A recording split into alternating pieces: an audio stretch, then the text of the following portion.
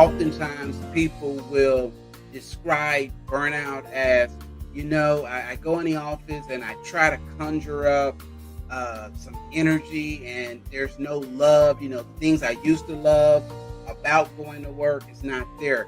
And I'm having to force myself to do those things. I'm putting on a smiley face and I really feel like, I'm just done. This is And the a friend of burnout mine, smiley face, by the way. I'm sorry, say that again. This is the burnout smiley face. Yeah. Yeah.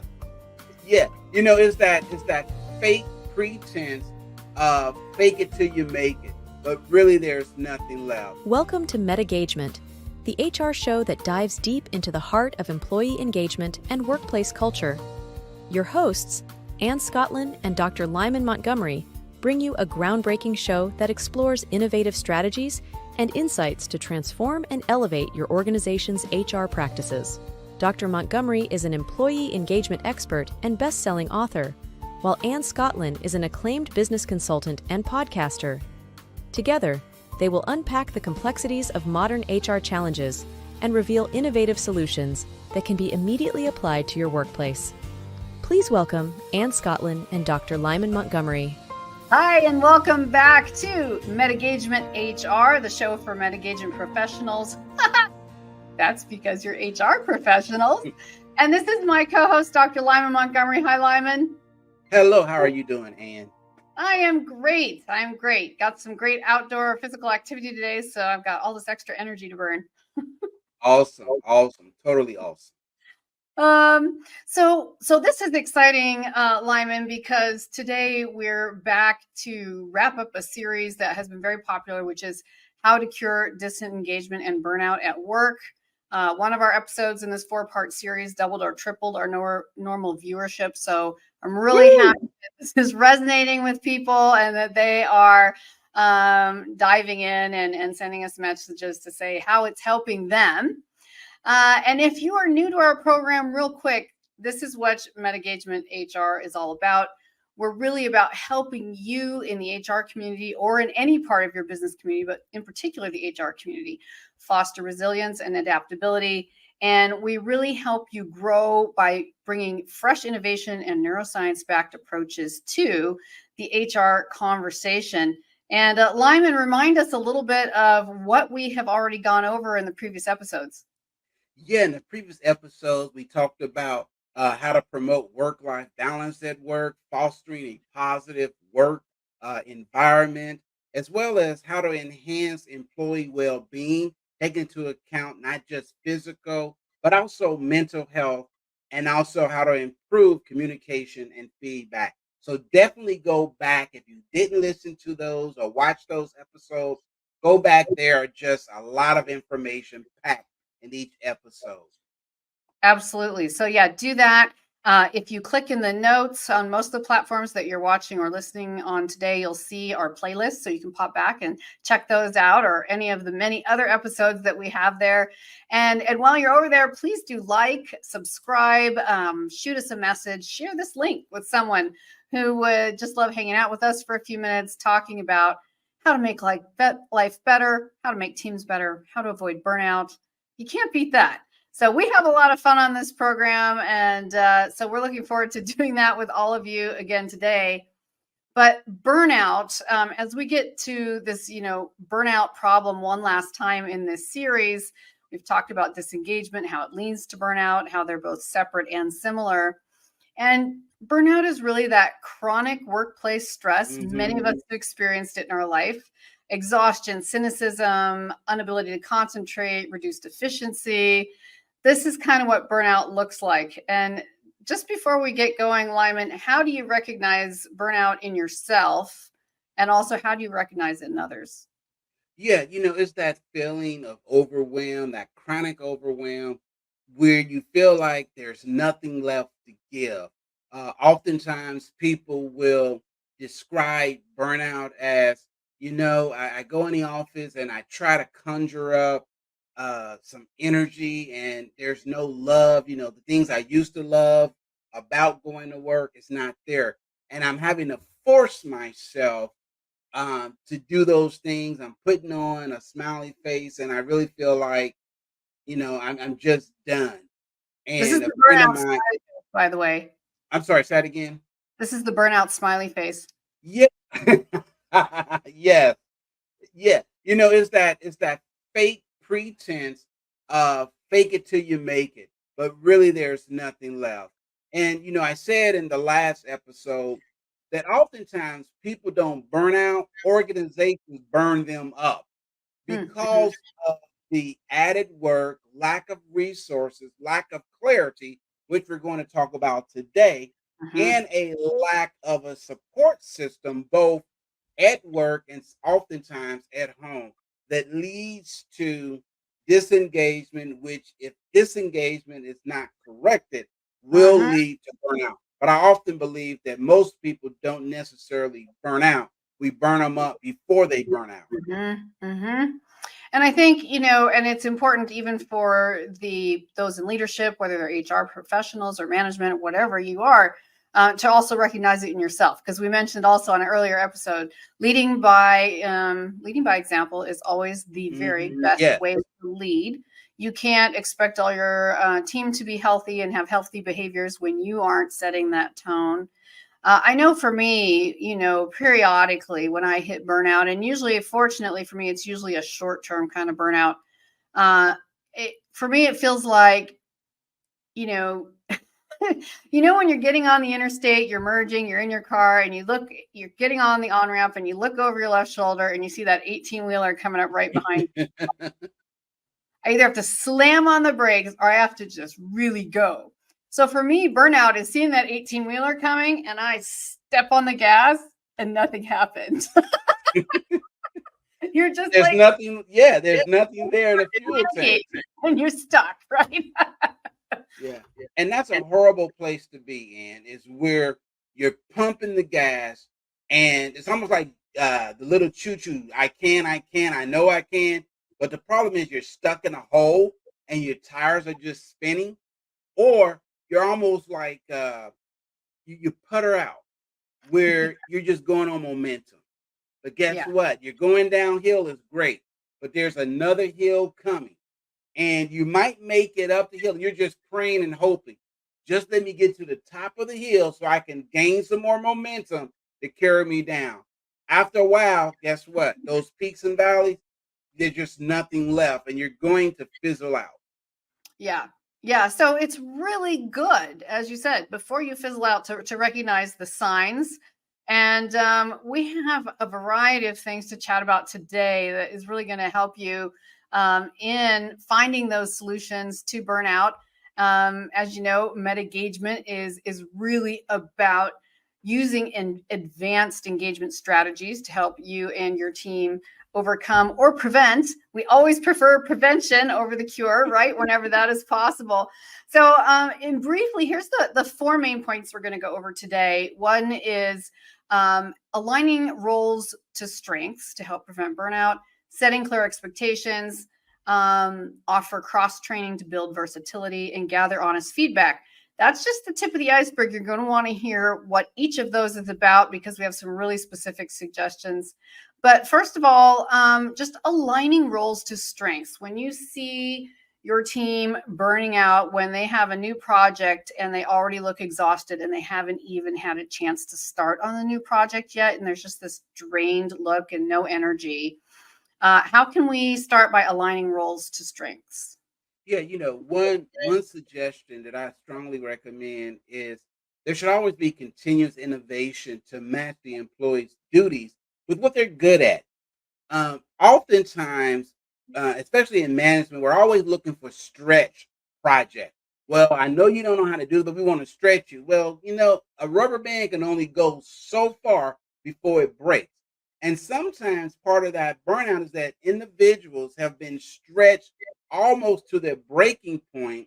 And sometimes we need to stop looking at stretch program projects and look for strength projects, assigning something that they're absolutely good at or great at, something I don't really think about. Mhm. Maybe giving them a price. Say, listen, asking this question. I know you're extremely good at networking. Why don't you put together a networking event where people can kind of share ideas with each other. And that will allow that person suffering overwhelm, leading to burnout, to feel energized because they're playing to their strength and Mhm. not just simply being stretched. And I love that, playing to their strengths. And so many of us know and have used, assessments about individual strengths and unique characteristics. And we've talked more about that. And we even have MetaGagement assessments that people can use if that's what they're looking for. Um, but it even goes beyond strengths to encompass interests. And I Yes, think this is where that step, whereas everything meta, go above, go beyond, exceed, this is where you can really go meta. Instead of just doing the strength training, which can give you one set of data, right? No problem with that. But what about saying, what is it that you really love to do?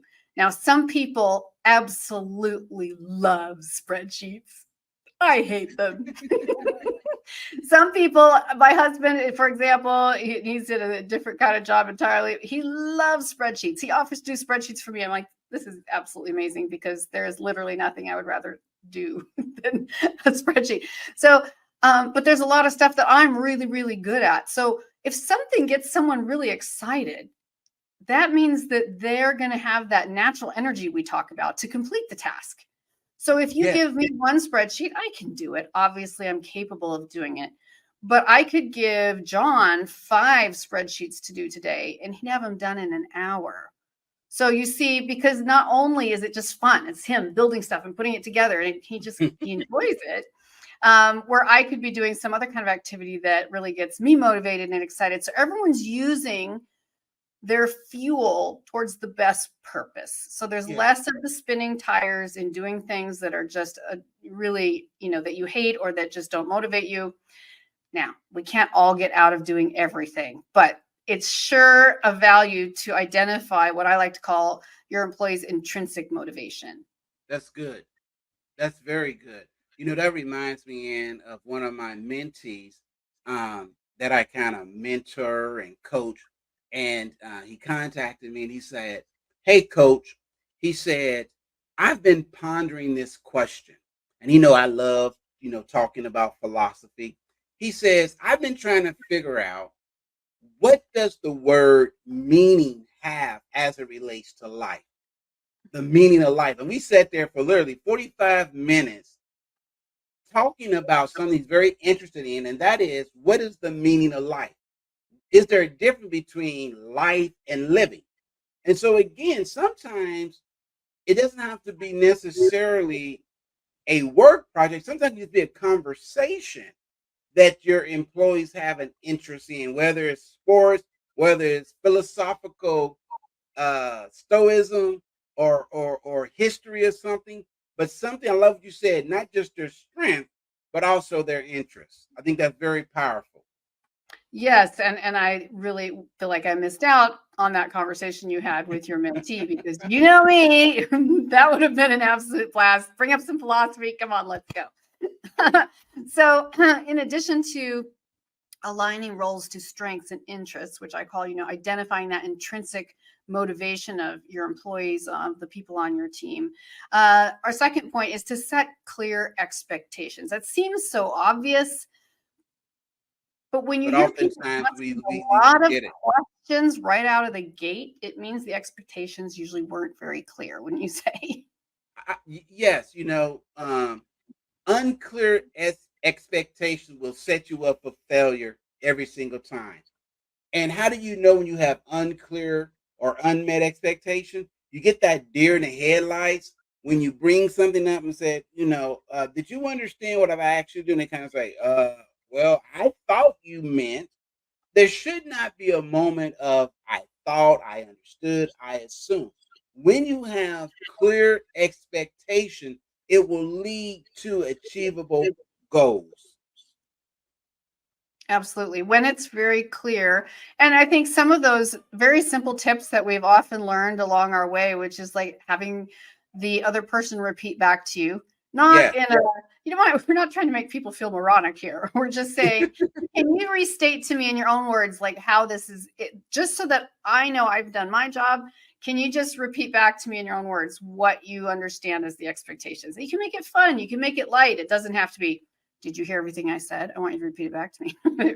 Right? Yeah. You can just like, I don't do my job well. I want you to do your job well. We're all here to do the job well and help each other. So let's just make sure things are very, very, very clear. And then also, I see so many projects get off to push button, go, the end, as opposed Mhm. to regularly updating those goals, regularly reviewing the performance metrics, right, based on real-time data and feedback. Going in there every day, every week, every month, depending on how long the project is, to test and connect on it, in particular as a team, whether that's in a virtual setting or in person, to update those goals. Because here's the thing: when you have 10 team members, if you have 10 pieces moving independently, they're all going to find their own way, right? You know those fireworks that do the Yes. spinning things? They're all going to find their own path. So at some point, what started here is kind of going to be all over here, even if things are going well. So when we bring that back and say, let's realign, let's make sure that all our metrics match up so that no Mhm. one is wasting. I don't want Jeffrey over here to spend 2 weeks full time working on this part of the project when someone else has already decided that isn't necessary. That is absolutely amazing that you said that, because we spend a lot of what I call wasted time Mhm. doing things that really don't add value. They don't move the organization. They don't move the project along. It's just busy work for the sake of busy work. Yeah, busy work for Excuse busy work. Bless you. me. Yeah, busy work for busy work. And so much unnecessary work is done because it's lack of regularly updating the goals and performance metrics. So going back and analyzing, don't just push play and hope for the end result that the big boss asked for. You have to check in. For example, if you're doing bi-weekly check-ins with individuals on your team, whether you're using some of our tools from MetaGagement or other neuroscience backed skills, you can coach that person around their particular tasks and priorities and really help them feel supported and capable. The worst is being assigned something that feels overwhelming and not feeling like you have the skills to fulfill the job. That is a Yeah. horrible, Yeah. horrible feeling. It's like you're set up for failure before you even got a chance to try. And I've seen That that that happen. reminds me not only the that you talk about the skills that a person needs, but also the support that they need. Mhm. Oftentimes I've seen and we've coached HR professionals that say, I have the skill set to do the job, but boy, it would be great if I had a real caring support system. Mhm. And the key words there is support and systems. And when you have the skills plus the support plus a system, you can accomplish some amazing things in less times, because you're not carrying 100% of the load up the hill. But you can share that burden with your team, get feedback, and sometimes it might be a different perspective of doing the work, rather than, oh, I'm just going to, attack this project head on. Well, maybe there's a better way of doing it.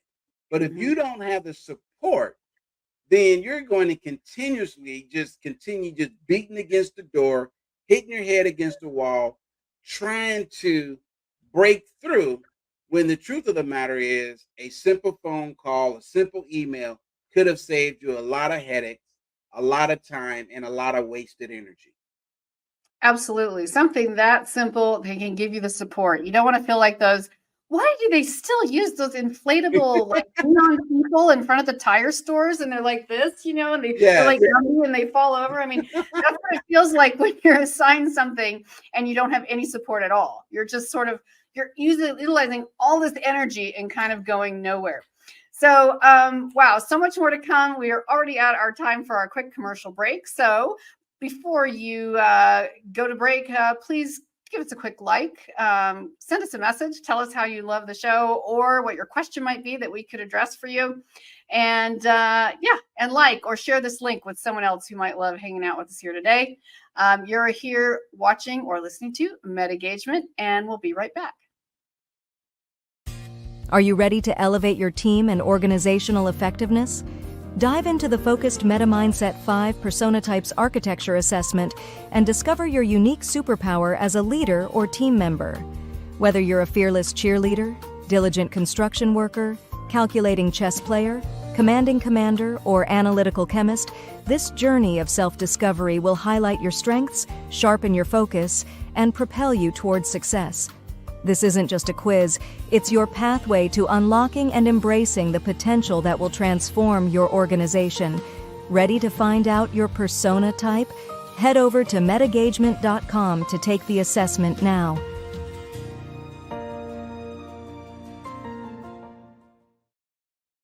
Welcome back. You are listening to and/or watching MetaGagement-HR today. This is Dr. Lyman Montgomery, myself, and Scottlin.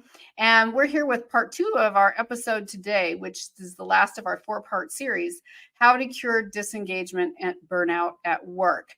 And today we're specifically addressing the problem of burnout. We're looking at ways to improve job fitness and role clarity. We've talked about how you can align roles to strengths, how setting clear expectations is really vital, and ways you can do that.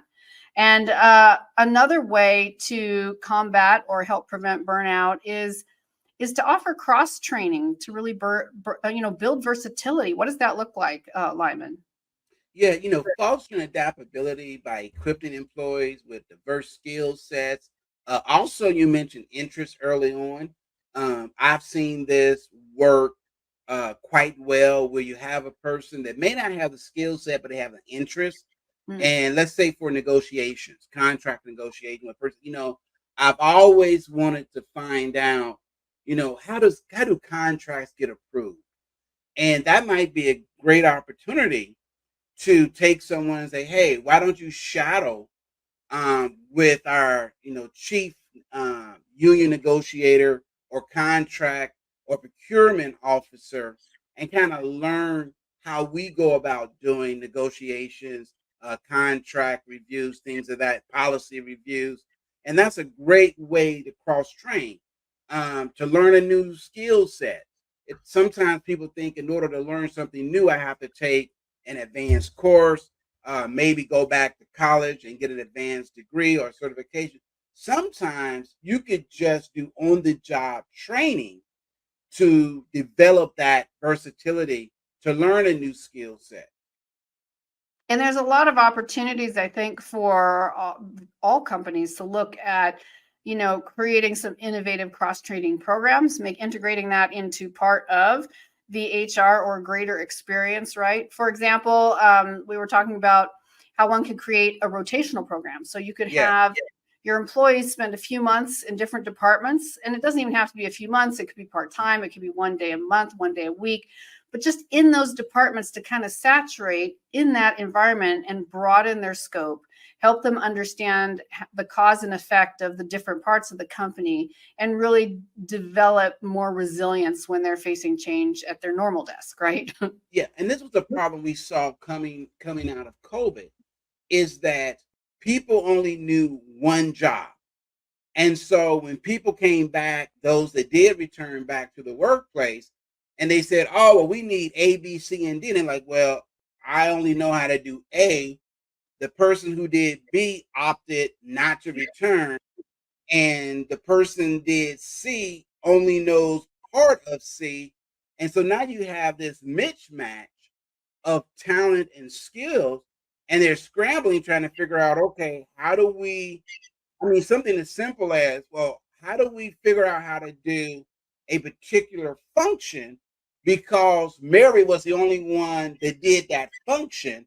Mary retired. Mary decided not to return.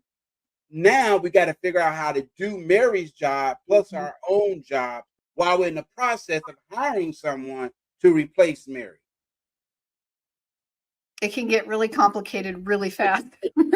So no, this is really great. And It's also when we think of a team or the company as a whole, it really is.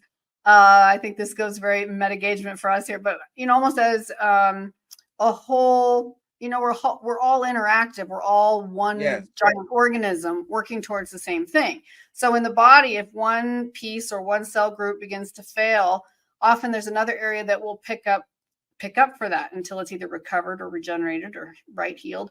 So kind of knowing and having that ability to kind of get into your departmental and corporate DNA, if you will, and figure out how you can support those parts, even if it's not where you're normally sitting, is such a vital way to build versatility. And part of the Yeah. No, go ahead. Sorry. Oh, and I was just going to say, and lastly, because I know our time is just flying today. Lastly, in supporting that, we really want to gather honest feedback from all the things that we're talking about, from the expectations, from aligning roles to strengths, from offering that cross training, helping build versatility, and we can do this in a wide variety of ways, but as simple as just regular surveys, right? Yeah. I mean, surveys are so important. What I was going to say is that the reason that a lot of times people only know how to do their job, there was this old adage of job security. If I'm the only one that knows how to do this particular job, they have to keep me around because no one else knows how to do it. And I'm not willing to share. You've heard people say, well, I'm not going to train somebody to do my job, and then they decide they don't need me. Well, we got to get out of this fear-based mentality and going back to what you were saying earlier about being a team and understanding that if you know how to do a number of different jobs, it makes you more valuable to the company than someone that only knows how to do one thing. I would rather support someone that can do several different things to help move the company forward than someone who is a one-trick pony, as it were. They can only do one thing, refuse to cross-train, refuse to learn anything else, and they set back on their laurels and say, well, you hired me to do this. That's all I'm going to do. I'm not willing to train. I'm not willing to stretch. I don't have any other interest. This is what I want to do. That person will set you up for failure time and time again. And we saw that again coming out of COVID. And what's so fascinating, especially in the smaller business environment, is often it's those personalities, those characters in the company who are depended upon as anchors for the business. Yes. Not realizing that they're really hijacking the whole ship. So helping people find, and I think it's less threatening when we do what we talked about earlier, which is aligning roles to strengths. Yes. My personal preference is that roles don't ever stay static. Even if you are still the head of this or of XYZ, things should be changing. Things should be coming off your plate to someone else's plate who's either, who can do the busy work for you or might be better at doing spreadsheets. And other things from other people should be coming onto your plate. It becomes more of a sharing environment and less of that like one and done. And that's all we do. Yeah. And you mentioned something that's real interesting as far as your husband loving to do spreadsheets. And you can give him 5 of them, you can knock them out in an hour. Okay. Also understand that there might be someone who may not necessarily enjoy doing spreadsheets. They're just very good at it. Sure. Out of necessity. And we keep asking them to do spreadsheets because we're like, well, that's what they're good at. But we never took the time to say, do you really enjoy doing this? Because oftentimes, because a person is competent in a thing, doesn't mean they necessarily get joy from doing that thing. Right. Right. Joy in the job. I think we even addressed that somewhere back in the series a little bit, touched on it before. It's like, oh, what are you supposed to get back from your job? Well, you get paid, don't you, to do your job? Well, that's not going to be a super efficient model when you can capitalize on people's preferences, strengths, joys, and no one's ever going to be perfectly happy. But the more we can be aware, the more we can listen, we ask questions, do surveys, do assessments, find out what makes people tick, and make it fun for them. It shouldn't be just this miserable drudgery for them to go through some of the trainings. That's part of what we are about, which is going meta. Meta-gagement means it's not just like, oh my goodness, one more thing, right? It's like, let's make this fun. Let's have a good time. Let's get to know each other better, and let's find out how we can support each other better. Well, we have to wrap up already. And we already touched on briefly, getting that honest feedback, those surveys, make it anonymous when you want to make sure you're getting the accurate responses you need whenever that's possible, given what you're trying, the data you're trying to compile.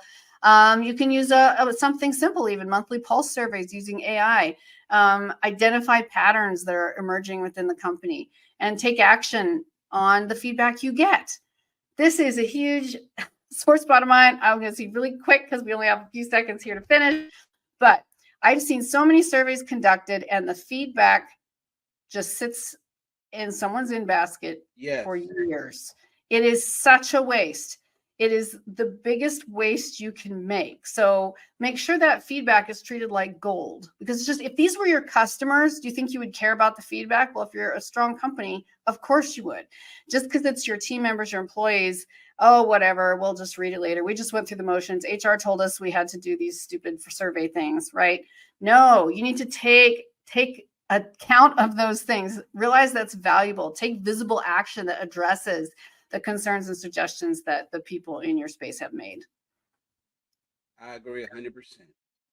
Well, thank you all for being with us here today. We have to wrap up so quick, but we've had so much fun. And thank you for being with us on this whole journey here on MetaGagement-HR, talking about how to cure disengagement and burnout at work. Today was about job detox, defining role clarity to help cure burnout. And as we've asked earlier, please like and subscribe. Shoot us your questions. Join us every week. We're streaming here Tuesdays at 11 a.m. Eastern. That's 8 a.m. Pacific, 3 p.m. GMT. And next time we're going to start a new series. I think you're going to love this one. It's always a fascinating subject to me.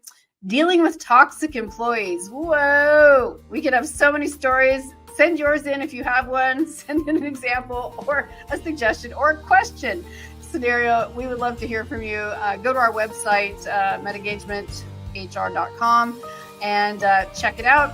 And part one is going to be identifying the toxic employee. You may have some suggestions for us. Please like, subscribe. Thank you, Dr. Lyman Montgomery, and we'll see you all next time. Take care. Goodbye.